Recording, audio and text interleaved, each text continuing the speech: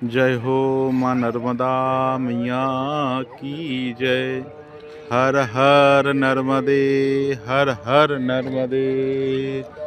यहाँ से माँ नर्मदा जी का सुंदर दर्शन हो रहा है वीडियो के माध्यम से। माँ नर्मदा जी से यही प्रार्थना है, माँ नर्मदा जी के दर्शन के साथ साथ सिद्ध संत त्यागी तपस्वी महात्मा की दर्शन हो जाए। माँ नर्मदा ये मनोकामना पूर्ण करती है। जय हो माँ नर्मदा मैया की जय हो। जय हो माँ नर्मदा मैया की जय हो। जय हो माँ रेवा, जय हो माँ रेवा, जय हो।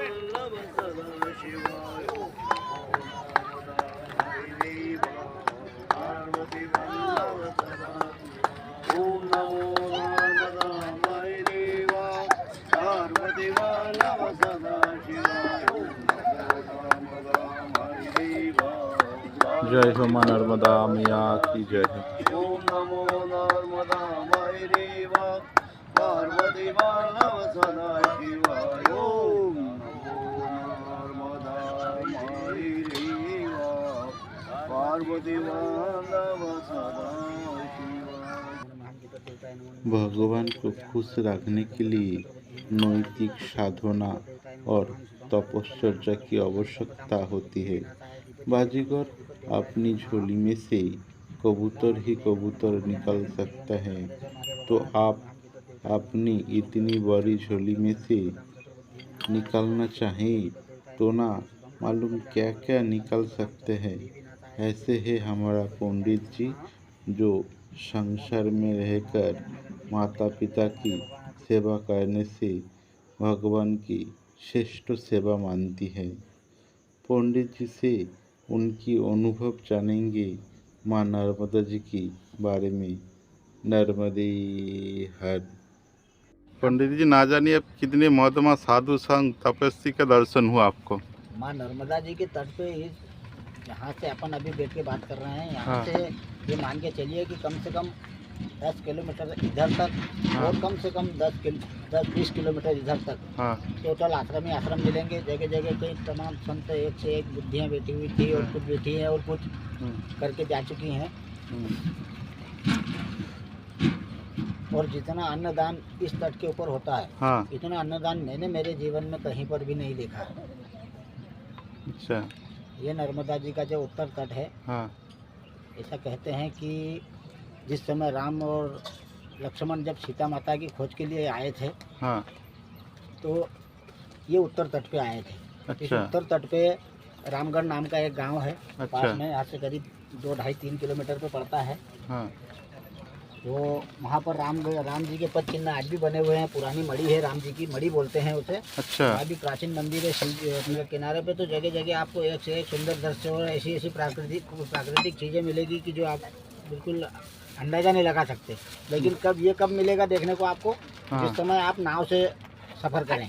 अच्छा। हाँ, क्योंकि आप बाइक से जाएंगे तो बाइक हाँ। से जाने में क्या होता है कि हाँ। कई बार आगे जगह जगह रास्ते में रोकथाम आती है, कहीं खेत आ जाते हैं, कहीं बागड़े आ जाती है, जी जी। है ना। और पैदल और या नाव से अगर जाते हैं तो हाँ। दोनों तट के किनारे आपको बिल्कुल क्लियर देखने को मिलेंगे, हाँ।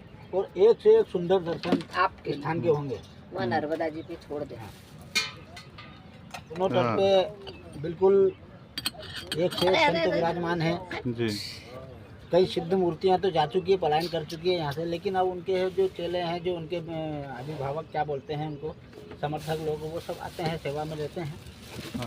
हाँ, बाकी माँ नर्मदा जी के तट पे अन्नदान का तो कोई बेहिसाब है, इसका तो कोई हिसाब ही नहीं देखा मैंने आज तक। अच्छा। इतना बेहिसाब अन्नदान होता है। माँ जो चाहती है वो हाँ। खिलाती है। यहाँ रसमलाई बढ़ जाती है, मैंने अच्छा। देखी, या गुलाब जामुन बढ़ते हैं। माँ की तो बड़ी माचिस अपार तो दया है यहीं यहाँ पे करूँगी। पंडित जी, आपने तो जिंदगी बिता दिया माँ नर्मदा जी के तट पे। कितने साल हो गया यहाँ? मेरे को ये स्थान को 24 साल हो गए हैं। वाह। ये 24वां साल चल रहा है। मैं सन 2000 में आया था यहाँ पर।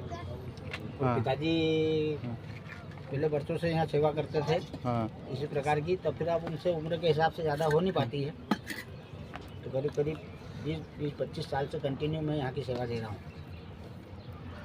पंडित जी, जो लोग परिक्रमा करते हैं और साधु संत भी बोलते हैं कि माँ नर्मदा जी छोटी कन्या एवं अम्मा जी के रूप में दर्शन देती है। देखिए माई नर्मदा जी की परिक्रमा जो भी अभी तक ऐसा कई अनुभव हुआ आपको? मेरे को तो अभी तक भगवती की कृपा से मेरी अभी परिक्रमा नहीं हो पाई है। अच्छा मेरी परिक्रमा जो है वो संकल्पित है अच्छा और अभी माता पिता की सेवा करने में लगा हूँ। अब अच्छा वो मेरी तरफ से मेरे वचन पूरे माई कर देगी और मैं परिक्रमा पूरी करूँगा। मेरी इच्छा है एक बार पैदल यात्रा अच्छा। करने की। पर मैंने अनुभव यहाँ पे जितने भी परिक्रमावासी जो हाँ। बाहर के आते हैं परिक्रमा करते हैं, हाँ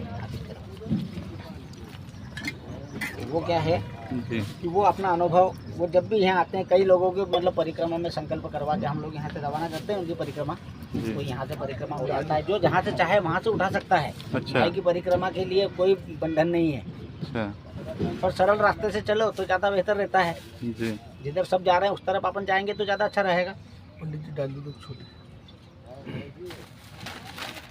भैया देखना। तो क्या है कि परिक्रमावासी जो बाहर के आते हैं मैं उनसे पूछता हूँ तो वो बताते हैं। हाँ तो मैं उनसे एक ही प्रश्न पूछता हूँ कि भाई आपको परिक्रमा पूरे मार्ग में क्या अनुभव हुआ, हाँ। कहीं पर माई के दर्शन हुए, किसी भी रूप में मिले हो? हाँ तो वो फिर तुरंत बताते हैं कि हाँ गुरुजी हमने फलानी जगह ऐसा देखा वैसा देखा, बताते हैं। वो सत्य बात है ये, हाँ और ये बिल्कुल 100% सत्य बिल्कुल। हाँ लाओ वो फूल तो कोई बताता है कि कोई हमारे साथ में बोले हाँ कोई बुढ़ी माँ बन के घूम रही है, तो कोई आदमी आया है, तो मतलब किसी भी रूप में आ जाए, कुत्ता आ जाए, गाय आ जाए, अच्छा बोलिए। बस बस बस बस तो उधर वो पर थैली दे ऐसे दो अनुभव वो बताते हैं। हमारे पिताजी भी गए थे परिक्रमा पे, ये खाली। तो उन्होंने भी बताया था एक बार कि हम गए थे तो बोले एक जगह हमको बूढ़ा आदमी मिला, कम से कम 90 साल की उम्र उसकी। वो पैदल यात्रा कर रहा है, हम गाड़ी से कर रहे हैं, जी और हम इस स्थान पे भोजन प्राप्ति करके भाई माई को भोग लगाया। तो बोले भोजन के समय पे वो आ गया, उसको अच्छा। भोजन कराया हमने कि भाई कोई भी प्राणी हो भोजन माई के किनारे कराना चाहिए। जी अगले स्थान पे हम गए, वो अगले स्थान पे फिर तैयार थे भोजन के लिए, जबकि वो पैदल यात्रा में थे और हम बोले गाड़ी से थे। जी तो ये भी एक चमत्कारी देखने को मिला है कि बोले अगले स्थान पे देखा तो वही ऐसे वो बस खाने के टाइम पे हमको वहीं मिले, तो फिर हमने उनको वहाँ पे भी भोजन कराया। जी तो ऐसे कई लोग मतलब अनुभव अपना बताते हैं। कोई कहता हमको एक कन्या मिली, भैया वो फूल है ना, चढ़ा देना आप। रास्ता जी रास्ता बोले भूल गए, हम्म तो हम गलत रास्ते भटक गए। तो बोले एक छोटी सी कन्या आई, अभी महाराष्ट्र के आए थे, रमेश चंद्र जी कोई परिक्रमावासी थे, हाँ महाराष्ट्र से आए थे। तो उन्होंने अपना अनुभव बताया। हम्म तो बोले कन्या आई थी, तो वो कन्या ने हमको बोले बताया कि बाबा आप इधर मत जाओगे, कि इधर जंगल है, आप इधर से निकलो, इधर के रास्ते पे जाओगे तो तुमको सही जाने को मिलेगा। बोले वो कन्या ने हमको ऐसा रास्ता बताया, और बोले हम चलते गए पलट के उसके कहने के अनुसार, और थोड़ा आगे गए तो फिर वो हमने देखा तो बोले कोई कन्या दिखी नहीं, कुछ नहीं दिखा। बोले खाली मैदान दिख रहा है बोले जंगल से। अच्छा हाँ, तो ऐसे बहुत लोग अनुभव बताते हैं। और भगवती के मैं तो कुछ भी नहीं उसके मुकाबले, लेकिन अनुभव मैंने करा कि मैंने माई के दर्शन भी यहीं पर कर लिए हैं। अब वो किस रूप में आ गई मेरे पास इसका कोई जवाब नहीं है, लेकिन मैंने दर्शन करे हैं माई के। और ये बात मैंने आज पहली बार शेयर कर रहा हूँ आपके साथ। इसके पहले मेरे माता पिता को मैंने बताया कि इस पोजीशन पे एक माई आई थी मेरे पास। मेरे माता पिता ने भी कहा कि भगवान किसी भी रूप में आए, इसलिए मैं चंदन रोज़ घिसता हूँ और रोज़ चंदन लगाता हूँ। जो भी आ जाए उसको चंदन लगाना है, कौन किस रूप में आ जाए भगवान, हाँ हम तो चंदन लेके बैठे हैं। बहुत बढ़िया। पंडित जी माँ नर्मदा जी की परिक्रमा करने से क्या फल मिलती है? देखिए फल की प्राप्ति के लिए अगर परिक्रमा करते हैं तो कुछ नहीं है, बाकी मोक्ष जरूर मिलता है। अच्छा बार बार ये भटकने की, एक बार अगर परिक्रमा घर से निकल गया मन ठान के, जी और अगर कभी वो 4 से 8 किलोमीटर 10 किलोमीटर भी चले गया, तो उसकी बुद्धि ऑटोमेटिक नर्मदा माई चलाती है। क्या तेरे को क्या करना है, वो सोचते जाता है, आगे बढ़ते जाता है, करते करते परिक्रमा करके आ जाता है। अच्छा लेकिन ये परिक्रमा का अगर आप फल चाहते हो, हाँ। तो फल कोई ऐसा सामने देखने को नहीं मिलेगा आपको, लेकिन हाँ। आत्मा को बड़ी तसल्ली होगी, बड़ी तृप्ति होगी। क्या अच्छा जैसा नस्बर संसार से ज़्यादा बेहतर है कि माई की शरण में चले जाएं। और मेरा अनुभव है कि जितने भी परिक्रमा करके आए हैं, हाँ वो अपने घर तो रुक ही नहीं सकते हैं, ये तो पक्की बात है। अच्छा एक बार अगर घर से निकल गए, उसके हाँ। बाद में फिर वो उस घर के अंदर नहीं रह सकते, क्योंकि डेली पार हो जाने के बाद में वो फिर माई की शरण में हो जाता है और माई उसको अपने शरण में ले लेती है। फिर पूरा संसार उसका घर रहता है, वो जहाँ चाहे वहाँ रह सकता है, उसके साथ फिर माई जीवन भर रहती है। ऐसा मेरा अनुभव है। मैंने अभी परिक्रमा तो नहीं की है, लेकिन ये अनुभव मैंने इस जगह पे करा है। ये माई का उत्तर तट है, तो यहाँ तो धन तो जाप जो भी करोगे आप यहाँ पे सिद्धि ही मिलना है। हाँ पंडित जी ये कौन सा घाट है? ये ग्राम नावघाट खेड़ी, तहसील बड़वाहा हाँ। और जिला खरगोन। महत्व तो यही है कि बहुत सुंदर स्थान है माई का किनारा, और फिर हाँ। पास में शहर लगा हुआ है। जी। और सबसे बड़ी बात यह है कि ओमकारेश्वर क्षेत्र में है।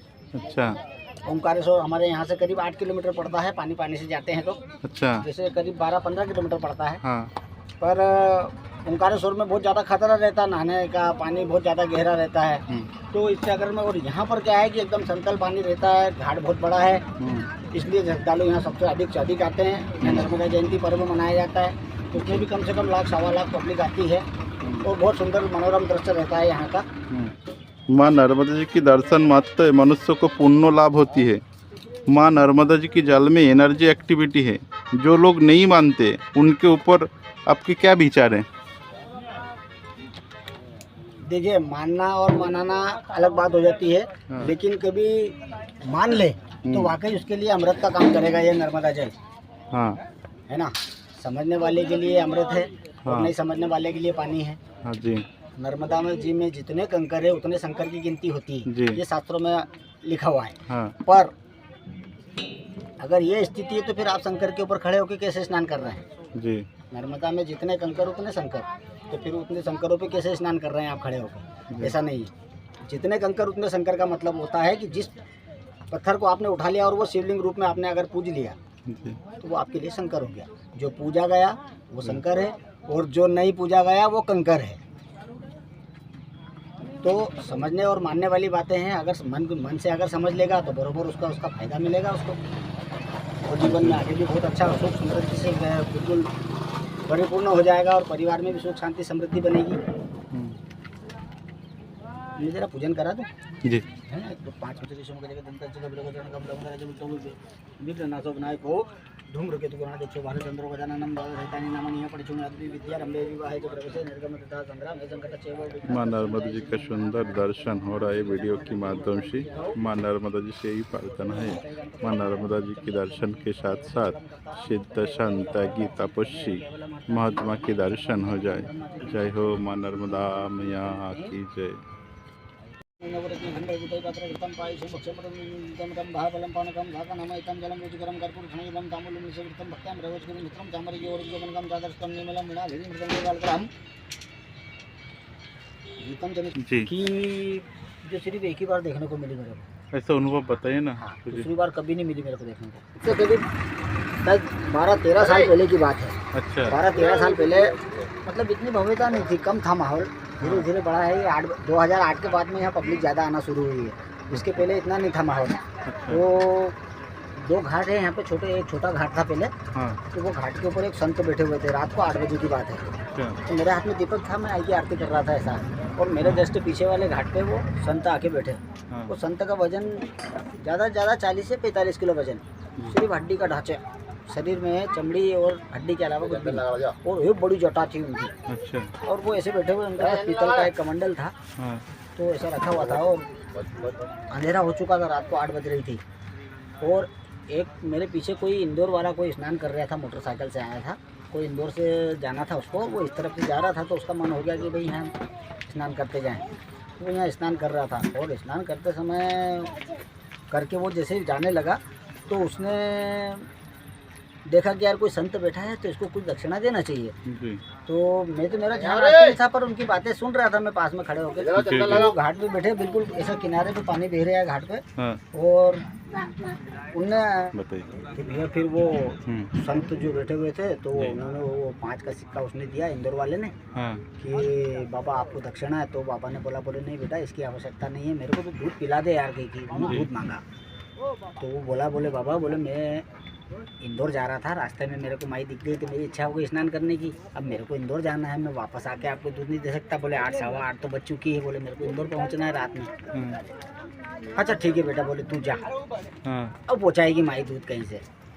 अब ऐसा हुआ। और थोड़ी देर बाद में ये अपने यहाँ बड़वा के जो गाँव में बड़वा गाँव लगता है, सिटी है, तो वहाँ पर एक धर्म प्रेमी बिल्कुल माई के भगत हैं, मन भावन रेस्टोरेंट वाले धर्म भैया। तो वो हमेशा वर्षों से 5 लीटर दूध डेली शाम को उनको बिल्कुल आता है यहाँ पर, और नियम से मैं 25 सालों से तो मैं खुद भी देख रहा हूँ। वो 5 लीटर दूध ला के माई में चढ़ाते हैं और केटली भर के ले जाते हैं।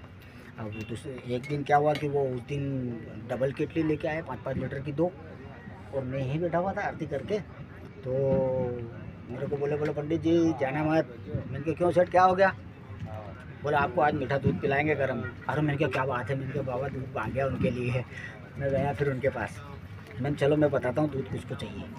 वहाँ गया तो वो संत वहाँ बैठे हुए थे, तो मेरे को उन्होंने धर्म सेठ ने केटली दे दी हाथ में।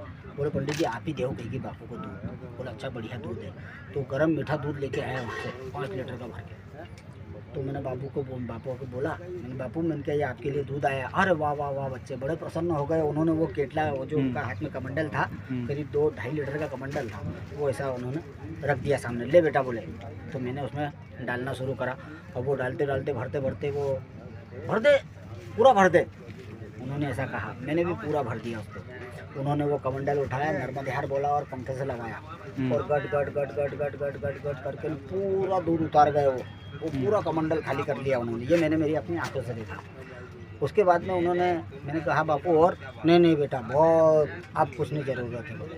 और ऐसा करके और उन्होंने केतली वहीं की वहीं कमंडल धुला और जो कमंडल उठाया भरा और नर्मदे हर बोल के और चल दिए। और कुछ भी नहीं था शरीर पे, सिर्फ एक टाट लपेटी हुई थी और जटा थी बहुत बड़ी, और एक वो जाप करने के लिए वो जो गेड़ी आती है लकड़ी की, वो थी उनके पास, और वो कमंडल था। और एक छोटी सी झोली थी यहाँ टंगी हुई, जो उनकी ज़रूरत की चीज़ उसमें रख लेते हैं। तो फिर वो यहाँ से रवाना हो गए। अब रवाना हो गए, बात हो गई ख़त्म, आई गई चले गई, हो गई भाई बात ख़त्म। अब उसके बाद में फिर घर में सेठ वापस हम बैठ गए। फिर मैंने उनसे पूछा, मैंने कहा सेठ मेरे को एक बात नहीं समझ में आई। तो उन्होंने बोला पंडित जी पूछो क्या बात है। तो मैंने कहा, मैंने कहा भाई साहब आप हमेशा डेली 5 लीटर दूध लाते हैं, मेरे को पता है तो भाई आप माही में चढ़ा रहे। आज दूसरी केटली क्यों आई 5 लीटर की मीठे दूध की? तो बोले पंडित जी आज ऐसा हुआ कि जैसे ही हम दुकान से बाहर निकले माई के यहाँ आने के लिए, तो हमने दूध की केटली उठाई और गाड़ी जैसे स्टैंड से ऊपर करी तो स्टैंड के नीचे 2 100 के नोट पड़े हुए थे, घड़ी करे हुए। तो बोले मेरे नौकर ने कहा कि सेठ बोले यहाँ पैसे पड़े हैं। तो बोला अच्छा ठीक है। बोले उठा। बोले कितने हैं देख। उनने देखा, बोले सेठ इसमें 200 है। तो उनने बोला पास में शरट सेठ की दुकान है दूध वालों की, खंडेलवाल की। बोले शरट सेठ के वहाँ से दूध ले लो 200 रुपये का, जिसमें शक्कर डालो, गर्म करो, आज इसको नर्मदा जी पे बटवाएंगे। वो दूध ऐसा आया था प्रभु, मतलब आप देखो आपके अनुभव की। वो संत ने कहा था कि मुझे दूध पीना है, जो नहीं पी पाया वो चले गया और दूध माई ने ऐसा पहुँचाया। तब वो सेठ ने मेरे को बताया, तब अनुभव। अरे कि बाप रे दूध कहाँ से आया, पैसे किसी के गिरे, उठा के कौन लाया? उसने भी सतमार्ग पे लगाया उस पैसे को, पैसा कैसा भी गिरा हो, लेकिन उनने वो से दूध बनवाया, दूध बुलवाया और हमने भी दूध पिया। वो 2-2 गिलास दूध पिया माई की कृपा से। इसलिए कहते हैं कि माई रेवा के बालक हैं और मैया दूध पिलावत है। तो हमको तो दूध पिलाती है माई, झूठ काय को बोलना। ये दिन भर ये कुत्ती के बच्चे हैं छोटे छोटे, इनके लिए कम से कम 2-2.5-3 लीटर दूध रोज डेली आता है। और इनको दूध पिलाना, गाय माता की सेवा, जैसा भी अपने से बन जाता है वैसा सेवा करते हैं नर्मदा जी के तट पे। और माता पिता का आशीर्वाद बना हुआ है, उनका आशीर्वाद रहा तो और आगे जब तक सेवा भगवती चाहेगी करेंगे यहाँ पर। और नहीं तो एक परिक्रमा का संकल्प तो मेरे मन में है, लेकिन वो तब होगा जब मैं घर से फ्री हो जाऊँगा। अच्छा, घर में माता पिता अपने 2 भाग पूरे बैठे हुए हैं, 2 धाम है अपने लिए, अपने उनके पीछे अपन ने संसार देखा है। जी। और आज उनकी परिस्थिति, मेरे पिताजी करीब 80-85 साल की उम्र है और 78-79 साल की मेरी माँ है। और अभी मेरी माँ दोनों और पिताजी दोनों बेड रेस्ट पे ही है, उनकी बेड पे सेवा होती है। तो जैसे भी भगवती मेरे हाथ से सेवा हो रही है मैं कर रहा हूँ उनकी। जब तक उनकी सेवा मेरे हाथ में, जब तक मैं किसी भी मंदिर में नहीं जाता हूँ, ना किसी के आश्रम में जाता हूँ, ना आगे कोई परिक्रमा का सोचा है अभी, पर परिक्रमा संकल्पित है। माई भगवती जिस दिन मेरा कार्य कर देगी उस दिन मैं परिक्रमा जरूर करूँगा और पूरी परिक्रमा पैदल ही करूँगा और किसी को साथ नहीं लेके जाऊँगा, सिर्फ माई के साथ में चलूँगा। पंडित जी ये बात तो सत्य है कि माँ नर्मदा जी सभी का हर मनोकामना पूर्ण करती है। बिल्कुल करती है। इसके बारे में थोड़ी सी बताएं ना। ये तो अनुभव होते हैं। हाँ, ये तो अनुभव होते हैं। मेरे को तो ऐसा लगता है कि यहाँ जो भी आता है बगैर लिए तो जाता ही नहीं है। हाँ, यहाँ तक कि कोई भी प्राणी हो, खुजली वाला कुत्ता आता है, इतनी खुजली उसके शरीर पे रहती है कि उसकी चमड़ी निकल जाती है, बड़ी मुश्किल से आता है यहाँ तक। और इतने उसको दुख देते हैं दुश्मन, उसके दुश्मन उसकी जात वाले हैं सब कुत्ते। उसको मार खाते अगर वो यहाँ तक आ गया और यहाँ आ जाने के बाद अगर कभी मेरी शरण में भगवान के पास आ गया, तो यहाँ आने के बाद तो उसका जीवन का उद्धार ही समझ लीजिए आप। क्योंकि मैंने जितने बच्चों को दवाई यहाँ से देता हूँ, मैं उनको खुजली की दे दी थी, उनको खुजली से फ़ायदा हो जाता है, उनको दूध की सेवाएं यहाँ मिल जाती है, खाना पीना मिलता। भगवती की ऐसी दया है कि 8-15 दिन, महीने भर में वो ठीक स्वस्थ हो जाता है और वो यहीं का हो जाता है, फिर यहाँ से कहीं नहीं जाता है आखिर में फिर उसका शरीर को वो यहीं छोड़ता है। ये मेरे अनुभव हैं यहाँ के, बहुत एक से एक सुंदर ऐसे ऐसे संतों के भी दर्शन करें कि जिनको कम से कम 4 किलोमीटर दूर से देखना पड़ता है। आज की अच्छा। तारीख में अगर आप क्षमा चाहता हूँ, जी, जी। आप भी अगर कभी वहाँ जाएंगे तो आपको कम से कम 4-5 किलोमीटर दूर से देखना पड़ेगा। और अच्छा। मैं यहाँ उनके पाद पूजन कर लेता हूँ। मतलब- कई रूप देखने को मिलते हैं संसार में देखो, और अपन है तो गृहस्थ आश्रम में रह रहे हैं। गृहस्थ आश्रम में सारे चीज़ों का अपने को अनुसरण करना पड़ेगा। हाँ, क्यों करना पड़ेगा? क्योंकि उस गृहस्थ में अपने को रहना है। वहाँ बेटी भी है, वहाँ माँ भी है, वहाँ पत्नी भी है, वहाँ भाई भी है, पिता भी है, माँ भी है। सबके प्रकार के हिसाब से वहाँ रहना पड़ेगा घट के, तब आप इस संसार से तरीके से निकल सकते हो। और नहीं तो कहीं आत्महत्या करके ऊपर पहुँच गए हैं। मेरे बेले के कहीं चले गए, मेरे बात के कहीं चले गए, मैंने कहीं को यहाँ से देखा और भगवती की दया से मैं यहीं से देखते रहा हूँ। इन लोगों को जोड़ के रखना अगर है तो घर संसार में तो सारे क्रियाकलाप आपको करना पड़ेंगे। वहाँ पर नियम कायदे कोई काम नहीं देते हैं।